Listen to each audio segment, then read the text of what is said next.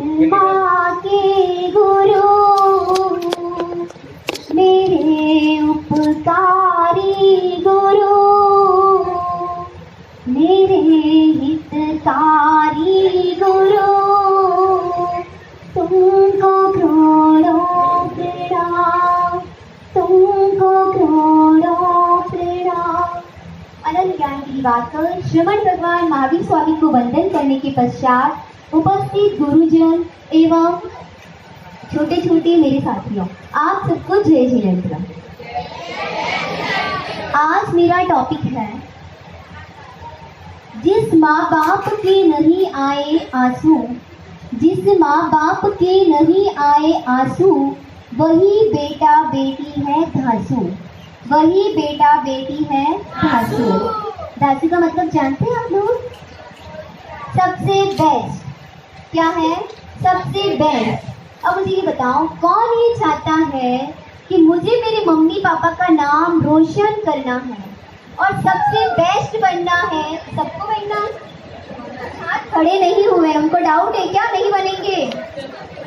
चलो हाथ नीचे करो।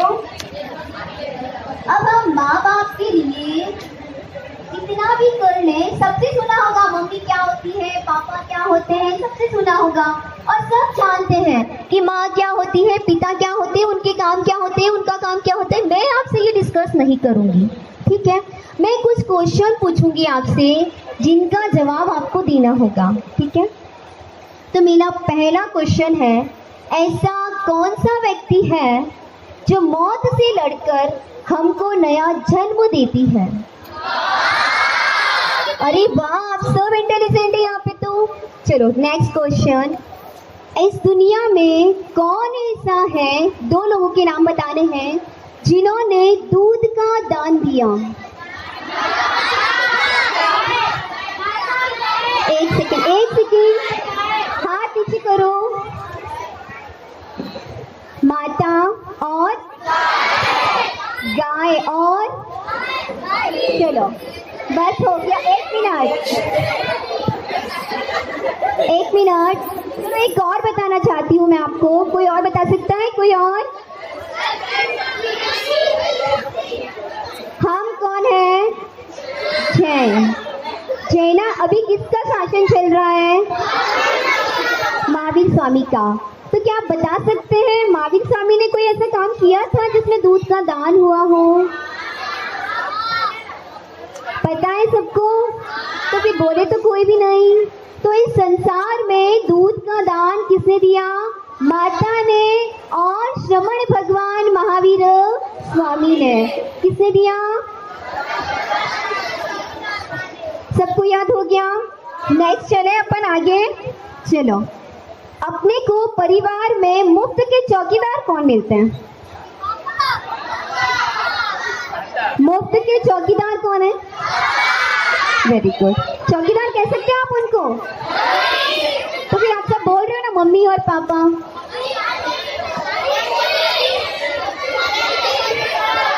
हाथ पीछे करो। चलो साइलेंट। अब ये बताओ, हम इस शिविर में आए हैं, ठीक है? क्यों आए हैं?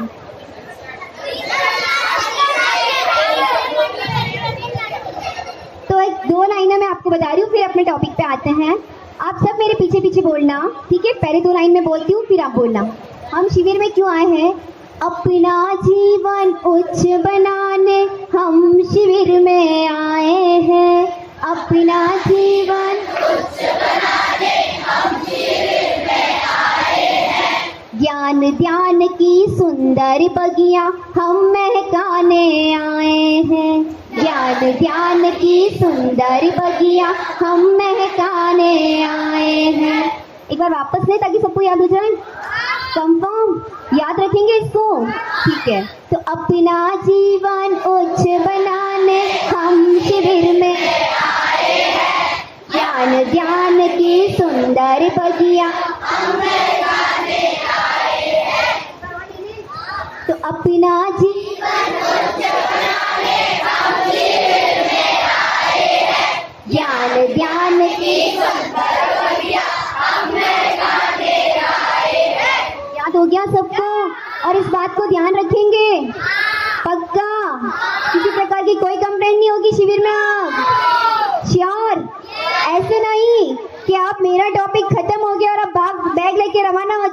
सज्जू भैया को बोलना पड़े कि रुक जाओ, कंफर्म नहीं होगा, श्योर, ठीक है। चलो टॉपिक पे आते हैं। तो हम क्या करें कि अपने मम्मी पापा के आंसू हमारी वजह से नहीं आए, ठीक है, हमारी वजह से हमारे मम्मी पापा के आंसू नहीं आए, ठीक है। मैं आपको एक छोटी सी कहानी सुनाऊंगी, ध्यान से सुनना, फिर क्वेश्चन पूछूंगी। एक व्यक्ति थे जिनका नाम था अरुण साहब। क्या नाम था? उनके 2 पुत्र थे। आईआईटी की पढ़ाई पूरी करके अमेरिका में करोड़ों रुपए की कमाई क्या करते थे, वो प्राप्त करते थे अमेरिका से। और अरुण साहब निवृत्त होने के बाद अपने पुत्रों के सामने, क्योंकि टाइम फास्ट चल रहा है तो मैं फास्ट से बोलूंगी और आप लोगों को ध्यान रखना है। अरुण साहब सेवानिवृत्त होने के बाद उन्होंने पुत्रों के सामने क्या की, अपनी इच्छा जाहिर की कि हम चाहते हैं कि आप दोनों में से एक पुत्र क्या करे, इंडिया आके बस जाए। लेकिन अमेरिका जाने के बाद कोई इंडिया आना चाहेगा? बस वही हाल अरुण साहब के दोनों पुत्रों को था कि अमेरिका बस जाने के बाद इंडिया आने के लिए कोई तैयार न था। तो फिर पुत्रों ने एडवाइस दी कि आप क्या करें मम्मी पापा, अमेरिका, ठीक है। बच्चों का मन रखने के लिए अरुण साहब और उनकी पत्नी भावना क्या करते हैं, अमेरिका चले जाते हैं। लेकिन वहाँ उनका क्या नहीं लगता, मन नहीं लगता, और वो वापस क्या करते हैं, इंडिया आ जाते हैं। जैसे ही इंडिया आते हैं कुछ दिन बाद दुर्भाग्यवश क्या हो जाता है, अरुण साहब की पत्नी, जिनको क्या हो जाता है, पैरालाइसिस यानी लकवा हो जाता है। और लकवा के कारण उनकी क्या चली जाती है, जवान चली जाती है। अब अरुण साहब के जो भावना थी, उनकी पत्नी अरुण साहब की, वो क्या होती है, अरुण साहब पर पूर्णतया क्या हो जाती है, डिपेंड हो जाती है। चाहे उनको दवाई देनी हो, खिलाना हो, पिलाना हो, चाहे नित्य कर्म कराना हो, सब कुछ किसके वश में था, अरुण साहब के वश में था। और एक रात्रि को क्या हुआ, अरुण साहब भावना, अपनी पत्नी भावना को दवाई देने के बाद पत्नी भावना के पास लगे पलंग के पास जाकर क्या करते हैं, सो जाते हैं। और रात को 2 बजे क्या हो जाता है, अरुण साहब को हार्ट अटैक आ जाता है। और सुबह 6 बजे तक पत्नी भावना क्या करती है, उनका इंतजार करती है कि अभी साहब उठेंगे और मुझे नित्य कर्म करने से निवृत्त कराएंगे। लेकिन इंतजार करते करते पत्नी भावना को क्या होती है, अनिष्ट की आशंका होती है। तो अपने आप को क्या करती है, पलंग से नीचे गिराती है और घसीटते घसीटते अरुण साहब के पलंग के पास आ जाती है।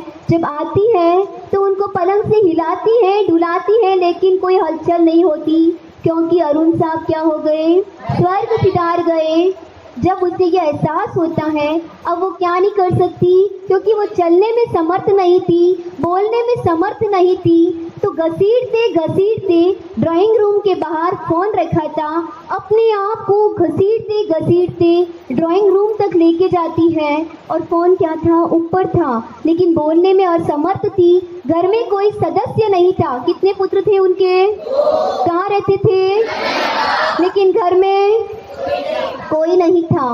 अब बोलने में असमर्थ थे, अब क्या कर सकते। तो भी घसीटते घसीटते ड्राइंग रूम के अंदर टेबल रखी थी, वहाँ तक पहुँची। जैसे तैसे करके फ़ोन को नीचे गिराया, जैसे तैसे करके पड़ोसी के नंबर डायल किए। नंबर डायल करने के पश्चात फ़ोन लगा। पड़ोसी भला इंसान था, समझ गया कि फ़ोन तो आया है लेकिन कोई बोल नहीं रहा है। कुछ देर पश्चात पड़ोसी बड़ा समझदार था, उसको लगा कि फ़ोन आया पर कोई बोला नहीं, इसका मतलब मामला क्या है, बड़ा गंभीर है। आस पड़ोसी को इकट्ठा किया सूचना देकर, और क्या करते, इकट्ठा करके घर का मेन दरवाज़ा तोड़कर क्या करते हैं, अंदर आते हैं। और अंदर आकर देखते तो क्या नज़ारा होता है, अरुण साहब पलंग पर क्या पड़े हैं, मृत पड़े हैं। और टेलीफोन के पास भावना, पत्नी भावना क्या पढ़ी है? मृत पढ़ी है। अंदाजा लगाया कि पहले अरुण साहब की मौत हुई होगी और बाद में किसकी हुई होगी? पत्नी भावना की। दोनों का जनाजा साथ निकला। पूरे मोहल्ले वालों ने कंधा दिया, लेकिन जिनको कंधा देना था शायद वो दो कंधे क्या नहीं थे? मौजूद नहीं थे। क्या नहीं थे? और इस दुख के पल में सबसे ज्यादा जरूरत किनकी होती है? बेटे की। लेकिन वो बेटे क्या नहीं थे? वहाँ उपस्थित नहीं थे। क्या मैं आप सबसे पूछना चाहती हूँ, क्या हमारी ऐसी शिक्षा, क्या हमारा ऐसी कमाई अच्छी है? जो हमारे माँ बाप के साथ ना हो, उनके अंतिम समय में हम उनकी अंतिम समाधि मरण ना करा सकें, क्या हमारी वो शिक्षा अच्छी है?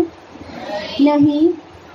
अब मैं आपसे पूछना चाहती हूँ, अगर मैं आप में से किसी भी एक पर्सन को बोल दूँ कि 1.5 किलो दूधी को आपको उठा के चलना है, 1-1.5 घंटे तक के उठा के चल सकते हो? नहीं चल सकते। क्यों? क्यों नहीं चल सकते? 1.5 घंटे क्या 1.5 मिनट के अंदर हाथ दर्द हो जाता है आपका। लेकिन एक माँ 9 महीने तक आपको पेट में लेके 9 महीने रखती है, चलती है, घर का काम करती है, कितना दर्द होता है, क्या कभी किसी को कहती है? नहीं, नहीं कहती। पिता जो अपने बच्चों के लिए हर समय तैयार रहता है, हर इच्छा पूरी करने की कोशिश करता है, पुराने कपड़े पहनकर क्या करता है? अपने आप को चलाता है, फटे पुराने जूते पहनकर चलता है, लेकिन कभी किसी से क्या नहीं करता? कुछ नहीं करता। दीपक होता है, दीपक के अंदर क्या होती है? बाती होती है, लेकिन जलती कौन है? बाती जलती है, लेकिन गौरव किसको मिलता है? दीपक को मिलता है। तो जो दीपक है वो माँ है, और बाती जो है वो कौन है? पिता है। कौन है? पिता है। अब मैं आपसे पूछना चाहूंगी, इस कहानी को आपने सुना, इसमें गलती किनकी थी? बेटों की। क्योंकि ये आपको दिख रहा है बेटों की, लेकिन बेटों की जितनी गलती थी उतनी ही गलती हम माता पिता की भी है।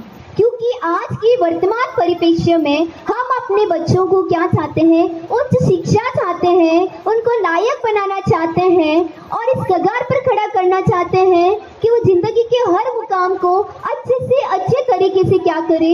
हासिल कर सके। लेकिन मुझे ये बताइए, जिस माँ बाप ने दुख झेले आपको सुख देने के खातिर, आपको सुख देने के खातिर जिस माँ बाप ने दुख झेले, अपने गहने बेचे, अपने सुख त्यागे, क्या आप वैसा सुख पाकर जिंदगी में आगे बढ़ पाएंगे? नहीं। आगे बढ़ पाएंगे? आगे बढ़ पाएंगे? आगे बढ़ पाएंगे? अब छोड़ो, अब हमें इस कहानी को सुना, अब हम माता पिता हैं तो हम यह प्रयत्न करें कि हम अपने बच्चों को उच्च शिक्षा, व्यवहारिक शिक्षा देने के साथ धार्मिक शिक्षा दें, बच्चों को पाठशाला में भेजें और शास्त्रीय विद्वान बनाएं। और अगर हम बच्चे हैं तो हमारा फर्ज ये बनता है कि हम अपने माता पिता के साथ क्या नहीं करें? ऐसा नहीं करेंगे, अंतिम समय में उनके पास क्या रहेंगे? साथ रहेंगे। ठीक है? कौन कौन नियम करेगा आज क्लास में अपने मम्मी पापा के साथ रहेंगे? ऐसा नहीं हो कि प्रार्थना सभा करने के लिए आप वहाँ हाजिर हो और सेवा करने के लिए आप वहाँ पर नहीं हो। तो ये नियम करेंगे सब? ठीक है। आपका पहला नियम कि अपने मम्मी पापा, हाथ नीचे करो, अपने मम्मी पापा के क्या रहोगे? अंतिम समय में साथ रहोगे। ठीक है। दूसरा, माता पिता को प्रणाम कौन करता है? जब से शिविर में आया और रोज पूछा जाता है माता पिता को प्रणाम करना कौन कौन करता है? कैसे करते हो? देखो, माता पिता और गुरु, जिनकी वजह से इस युग में, इस गर्भपात के युग में हमने यह संसार देखा, संसार के हर रंग को चखा, हर सुख के देखा, किनकी वजह से? माता पिता और गुरु की वजह से। तो माता पिता और गुरु को क्या करना चाहिए? पंचांग नमन। क्या करना चाहिए? तो आज से आप क्या करेंगे? माता पिता और गुरु को क्या करेंगे? पंचांग। मतलब इंटरेस्ट नहीं है, कोई नहीं करने वाला है, सब फॉर्मेलिटी। फॉर्मेलिटी करेंगे, पंचांग नमन करेंगे, श्योर। कल सबको महाराज साहब जी के सामने पंचांग नमन के नियम दिलाते हैं, पक्का? चलो, 2 नियम तो हो गए आपके, कंफर्म हो गया, ठीक है। तीसरी बात, जिस माता पिता ने हमें उंगली पकड़कर चलना सिखाया, जिस माता पिता ने हमें उंगली पकड़कर चलना सिखाया, कितने साल तक हुए जब हम स्वयं चलना सीखे, हमें किसी के सहारे की जरूरत नहीं रही। कोई बता सकता है?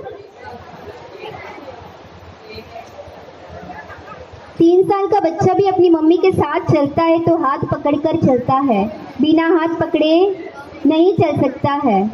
कम से कम 5 साल मान लो। 5 साल का बच्चा, अगर मैं कह दूं मार्केट जाके चीज़ लानी, तो आप भेज देंगे क्या मम्मी पापा? नहीं भेजेंगे ना। तो मैं आपको ये कहना चाहती हूँ कि 5 साल तक उन्होंने हमें हाथ पकड़कर चलना सिखाया, हमारा हाथ थामे रखा, ठीक है, हमारा हाथ थामे रखा, हमें हर सुख दुख से बचाया। तो हमारा फर्ज क्या बनता है? हमारा फर्ज क्या बनता है कि जब उन्हें हमारे सहारे की ज़रूरत हो, जब उन्हें हमारे सहारे की ज़रूरत हो, तो हम उनका हाथ पकड़कर क्या करें? उनके साथ चलें। अब ये कैसे संभव हो सकता है कि कम से कम सप्ताह में एक बार, रविवार के दिन, सप्ताह में कम से कम एक बार रविवार के दिन अपने माता पिता का हाथ पकड़कर महाराज साहब जी के पास या मंदिर जाकर क्या करेंगे? मंदिर जाकर इस अपने माता पिता की गति सदगति में निमित्त बने, ऐसा कार्य करेंगे। कौन कौन करेगा? सब करेंगे। तो करिए, तीसरा नियम भी दिलवा दें, पक्का? आवाज नहीं आई, मतलब मन नहीं है। चलिए ठीक है। फर्स्ट नियम अंतिम समय में साथ रहेंगे। दूसरा नियम पंचांग नमन करेंगे। तीसरा नियम माता पिता को जिस वक्त हमारे सहारे की जरूरत होगी, हम क्या करेंगे? उंगली पकड़कर उनका सहारा बनकर साथ चलेंगे, ठीक है। अब एक बात, जब आप छोटे थे आपने शुशु किया होगा, कभी पोटी भी गए होंगे, क्या आपके मम्मी ने, पापा ने, दादा ने, दादी ने ऐसे कहा छी हम साफ नहीं करेंगे? आपको ऐसे ही रखा? नहीं रखा। रखा क्या? आज आप जहाँ पर हैं, क्या काले हैं, गोरे हैं, जैसे भी हैं, अगर आपके माँ बाप ने आपकी सेवा नहीं की होती, अलग अलग प्रकार के प्रोडक्ट यूज नहीं किए होते, तो क्या आप आज इतने सुंदर सुंदर बालक यहाँ पर उपस्थित हैं? होते क्या? अब हम क्या करें? हमारा क्या फर्ज बनता है कि हम ये ऋण चुका पाए कि माता पिता ने हमारा सुसु साफ किया, पोटी साफ किया, खुद गिले में सोई, हमको सूखे में सुलाया, ठीक है। तो हम आज ये प्रयत्न करें कि यदि हमारे माता पिता बीमार हो जाएं और उनको हमारी ज़रूरत हो, तो हम किसी काम वाले को नहीं रखेंगे, खुद अपने हाथों से क्या करेंगे? साफ सफाई करेंगे, उनकी क्या करेंगे? सेवा करेंगे। क्या करेंगे? लगता है किसी का मूड नहीं, स्मेल आ रही है सबसे। गर्ल्स नहीं करोगे? श्योर करोगे? तो मेरा 4th नियम, माँ बाप की सेवा के लिए काम वाली नहीं रखेंगे, ठीक है। क्या नहीं रखेंगे? दूसरी बात, देखो एक गीत याद आ गया मुझे आप सबकी हलचल के लिए। मैं एक बार बोलती हूँ, आप पीछे बोलना, ठीक है। तू मात पिता रे आशीर्वाद सु आगे बढ़ तो जा, तू मात पिता रे आशीर्वाद सु आगे बढ़ तो जा, इन उपकारी रे उपकारों ने याद कर तो जा, उपकारों ने याद कर तो जा, तू मात पिता रे आशीर्वाद सु आगे बढ़ तो जा। एक घटना बताती हूँ, लेटेस्ट घटना, मैंने फेसबुक पे देखा था कल ही। एक पुलिस स्टेशन के सामने एक बूढ़ी महिला बैठी थी और रो रही थी। अंदर पुलिस स्टेशन के अंदर से एक पुलिस अफसर आया और पूछा कि माता जी आप क्यों रो रही है? तो बोलती है मेरे 4 बेटे हैं। कितने बेटे हैं? 4। लेकिन उन्होंने मुझे घर से क्या निकाल दिया? जब पुलिस इंस्पेक्टर साहब ने पूछा कि आपके बेटे क्या करते हैं, तो उन्होंने बताया कि मेरा पहला बेटा क्या है? टीचर है, दूसरा आरएस है, तीसरा डॉक्टर है और चौथा क्या है? इंजीनियर है। तो बोला पुलिस इंस्पेक्टर साहब ने, क्या आप मुझे नंबर दीजिए, मैं आपके बेटों को बुलाता हूँ फ़ोन किया, बेटे आए और उनको समझाया करा और माँ को साथ भेजने की कोशिश की, लेकिन माँ चुप होने की बजाय रो रही थी। माँ चुप होने की बजाय क्या कर रही थी? रो रही थी। क्या आप बता सकते हैं क्यों रो रही थी? उसे तो खुश होना चाहिए कि उसके बेटे ले जा रहे हैं। नहीं, माँ इसलिए रो रही थी क्योंकि अगला बंदा कौन था? पुलिस इंस्पेक्टर था।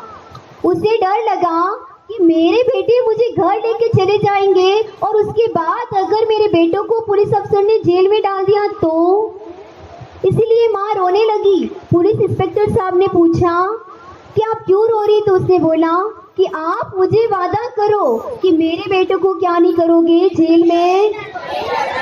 अब बताओ, अगर आप होते तो आप ये बोलते क्या? बोलते नहीं बोल पाते ना, उल्टा कहते कोई बात नहीं, 1 दिन की बजाय 4 दिन रखना, क्योंकि मेरे साथ इन्होंने क्या किया है? ऐसा किया है। तो माँ और क्षमा दोनों ही क्या इस दुनिया में नेक है और इनसे बढ़कर क्या नहीं है? कोई नहीं है। कहते हैं माँ और बाप, इनके पास दुआओं का खजाना है, जितना तुम लूट सकते हो लूट लो। क्या करो? लूट सकते हो उतना लूट लो, सेवा करके, प्यार से बोल के, कैसे भी करके उनको क्या करो? लूट लो। और ज़्यादा से ज़्यादा क्या करो? आशीर्वाद लो, दुआएं लो। एक कवि की कहा छोटी सी शायरी है कि माँ की दुआ कभी खाली नहीं जाती, माँ की दुआ कभी खाली नहीं जाती और भगवान से उसकी दुआ कभी टाली नहीं जाती, भगवान से उसकी दुआ कभी टाली नहीं जाती। ठीक है, जरूर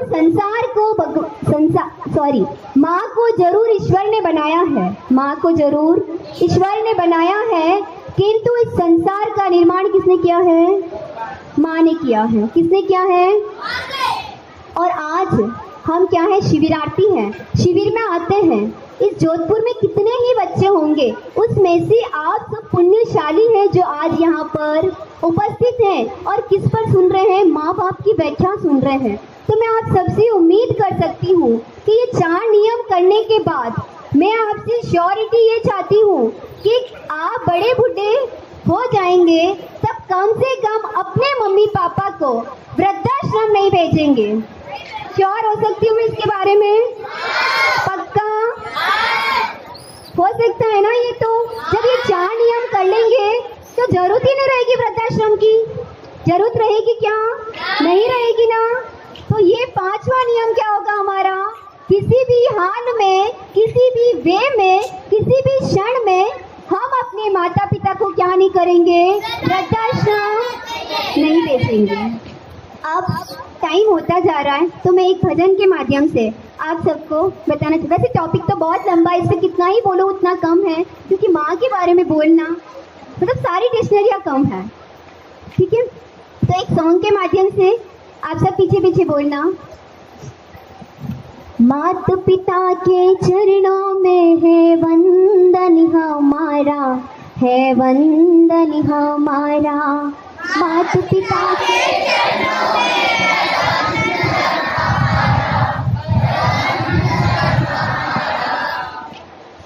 स्वर्ग से प्यारे इन चरणों में जीवन का सुख सारा, स्वर्ग से प्यारे इन चरणों में जीवन का सुख सारा। माता पिता के चरणों में है वंदन हमारा, है वंदन हमारा। जन्म दिया है हमको, प्रेम से हमको पाला, जन्म दिया है हमको, प्रेम से हमको पाला। पेट काट कर अपना हमको दिया निवाला, पेट काट कर अपना हमको दिया निभाना। एपीजे अब्दुल कलाम का नाम सबने सुना है? एपीजे अब्दुल कलाम की राय, एपीजे अब्दुल कलाम थे जो 8 भाई थे। कितने भाई थे? 8 भाई थे। एक बार एपीजे अब्दुल कलाम की जो माँ थी, घर में इतना सुख चैन नहीं था कि एक शाम कभी रोटी मिली कभी नहीं मिली, इतना ही था, ज़्यादा पैसा नहीं था। तो हमेशा एपीजे अब्दुल कलाम देखते थे कि माँ हमेशा सबसे लास्ट में खाती है। क्या करती है? सबसे लास्ट में, पहले बच्चों को खिलाती है। लेकिन 8 भाई इतने थे कि वो माँ के लिए कभी कुछ बचता ही नहीं था। लेकिन एपीजे अब्दुल कलाम को इसका आभास नहीं था। जब एपीजे अब्दुल कलाम लगभग 12 वर्ष के हुए तब उनको आभास हुआ कि माँ रोज सिर्फ एक बाइट, एक चपाती का सिर्फ एक बाइट और 2 गिलास पानी पीकर चला रही है और हमको क्या कर रही है? हमारा पेट पाल रही है। तब से एपीजे अब्दुल कलाम ने यह नियम कर लिया कि पहले मैं माँ को खिलाऊंगा और फिर मैं खाऊंगा। तो अब मैं आप सबसे ये कहना चाहती हूँ कि आप 24 घंटे में से एक टाइम ऐसा हो कि आप अपने मम्मी पापा के साथ क्या करें? खाना खाएं। चाहे आपकी शादी हो जाए, चाहे आपके बच्चे हो जाए, चाहे आप अभी छोटे हैं, एक टाइम क्या करेंगे? मम्मी पापा के साथ खाएंगे। खाएंगे ना? आवाज नहीं आ रही है? चलो, अपनी दुआ से अपनी दया से सारा कष्ट निवारा, अपनी दया से अपनी दुआ से सारा कष्ट निवारा। माता पिता के चरणों में है वंदन हमारा, है वंदन हमारा। झूठ कपट से हमको रखा सदा बचा के, झूठ कपट से हमको रखा सदा बचा के। नाम है रोशन करना हमको सदा सिखा के, नाम है रोशन करना हमको सदा सिखा के। बचपन में आप छोटे थे तो आपकी माता आपको लोरी सुनाती थी ना? तो बता सकते हैं क्या लोरी सुनाती थी? क्या? चंदा है तू मेरा सूरज है तू, ओ मेरी आँखों का तारा है तू। चंदा है तू मेरा सूरज है तू। और दूसरा, मेरा नाम करेगा रोशन जग में मेरा राज दुलारा। तुझे सूरज कहूँ या चंदा, तुझे दीप कहूँ या तारा, मेरा नाम करेगा रोशन जग में मेरा राज दुलारा। मतलब आपको किसकी उपमा दी आपके माँ ने? चंदा, सूरज, तारा, फूल। और उसके बाद आपसे क्या उम्मीद की कि आप मेरा नाम क्या करो? रोशन करो। चलो भजन पे आते हैं। जीवन उज्जवल करके जिसने ये संसार सुधारा, जीवन उज्जवल करके जिसने ये संसार सुधारा। माता पिता के चरणों में है वंदन हमारा, है वंदन हमारा। भूल भुलैया जग में चलना हमें सिखाया, भूल भुलैया जग में चलना हमें सिखाया। अंधियारी राहों में प्रेम का दीप जलाया, अंधियारी राहों में प्रेम का दीप जलाया। कोई बता सकता है भूल भुलैया जग में और अंधियारी राहों में चलना सीखकर आप कहाँ पहुँचे? इस शिविर में आए कि नहीं आए ना? तब आप मम्मी पापा का नाम रोशन करेंगे। ठीक है।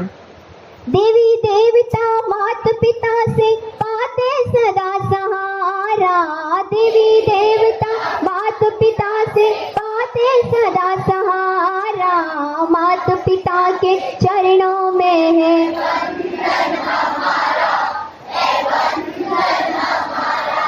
स्वर्ग से प्यारे इन चरणों में जीवन का सुख सारा। माता पिता के चरणों में है वंदन हमारा, है वंदन हमारा। जय जिनेंद्र। आप सबने सहयोग दिया उसके लिए जय जिनेंद्र। एक मिनट। हर्ष हर्ष हर्ष हर्ष हर्ष। बहुत बहुत धन्यवाद सीमा जी भंडारी को, जिन्होंने भाव विभोर कर दिया यहाँ बैठे हुए सभी बच्चों को। दिल से बताना किस किस को यहाँ बैठे हुए अपने मम्मी पापा की याद आई। ये तो सच है कि भगवान है मगर फिर भी अनजाने हैं, धरती पे रूप मां